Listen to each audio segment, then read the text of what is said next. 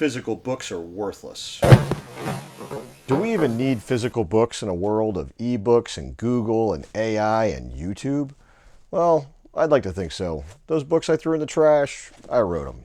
You see, the question's not whether or not physical books have value in today's day and age. In a world of digital everything, the question is really how much value do they actually hold? Because books are really important for society, and in an age of electronic manuscripts and YouTube and AI, ChatGPT and Google, why would anybody want to have paper copies of books like the ones behind me on the shelf? You see, the number one reason why I don't like digital books is not because they're not inexpensive or easy to tote around. I mean, e-readers are great. If you get the right ones, they could even be relatively easy on the eyes. In reality, the basic reason why I don't like them is because you don't ever really own a copy of a digital book. And you can't access a digital book no matter where you are. If you're camping out in the middle of nowhere, you can't access a digital book unless you happen to have a digital tablet that has it downloaded to it and it happens to have batteries. And let's say you're at base camp on K2 or something. There's no way you're accessing the internet. So physical books store data without power or internet servers or computers or any connection to the grid at all.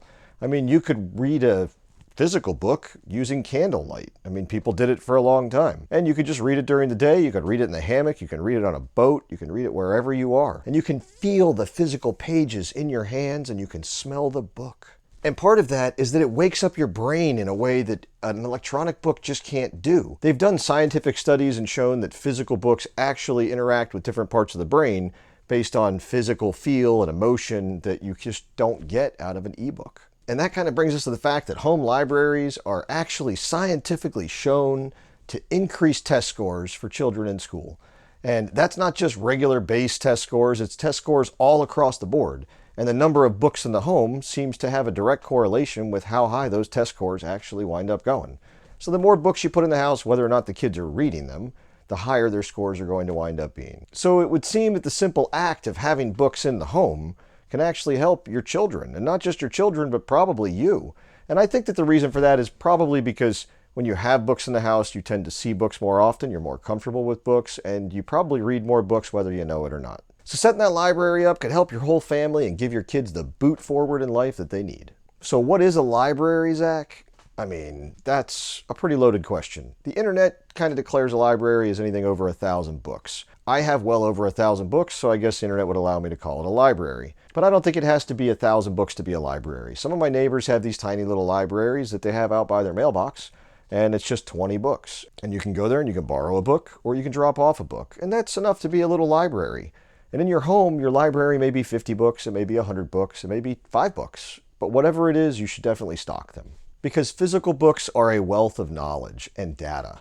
You know, on the shelves over here, I've got a lot more of my like do-it-yourself style books, my books about how to survive apocalypses and how to grow your own food and how to heal yourself if there's no doctor around. And then below that, I've got a lot of automotive manuals. And then straight behind me that you can't see underneath the TV, I've got a bunch of children's books, probably like 300 or 400 of them.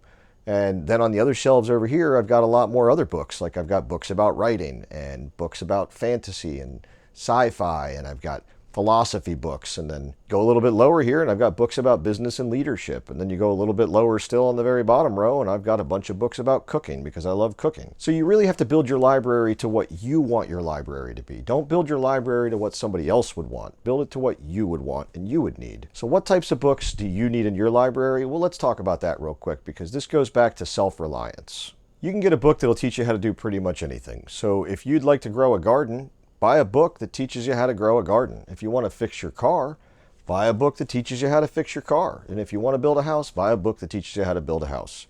There's a book for pretty much everything. You want to learn how to write music? There's a book for it. You want to learn how to film video for YouTube and not sound like me? I'm sure there's a book for that. It probably doesn't mention me specifically, but I'll bet it's out there.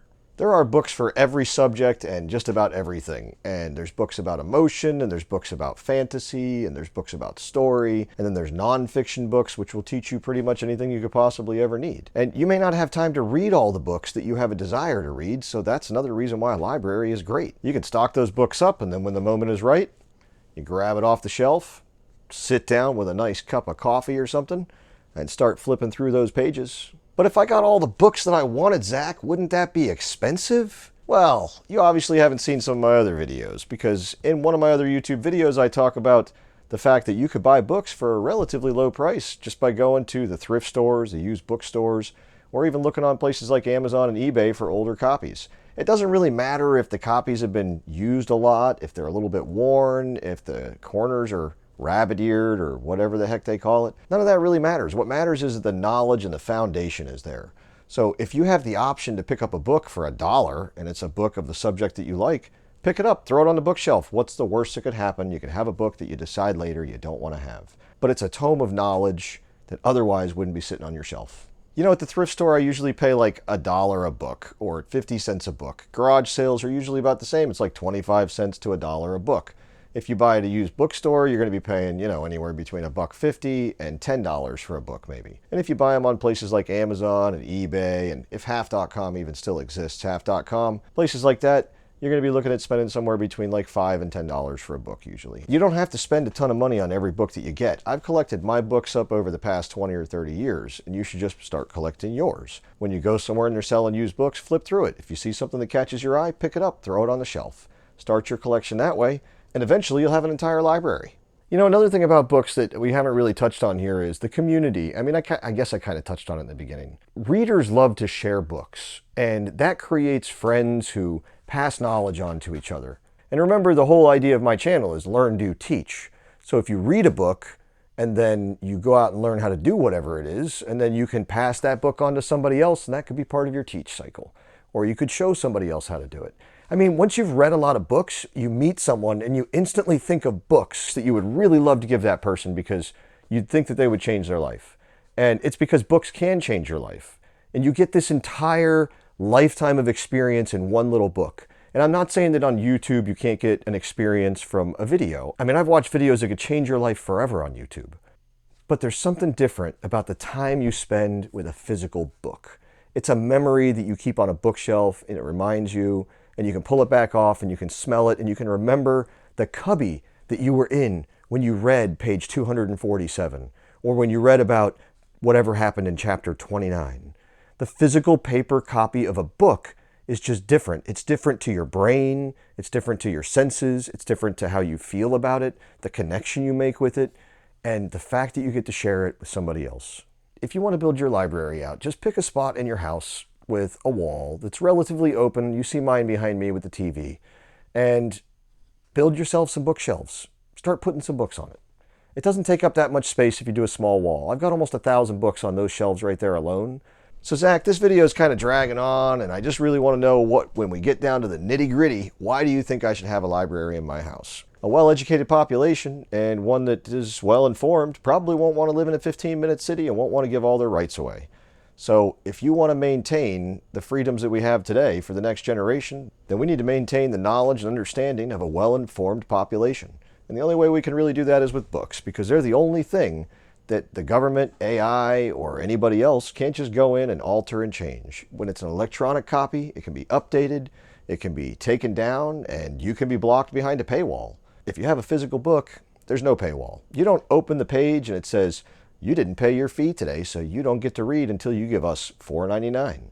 That's not a thing in a real book. Once you own it, you own it. And with electronic copies, you don't own it. You're just borrowing it.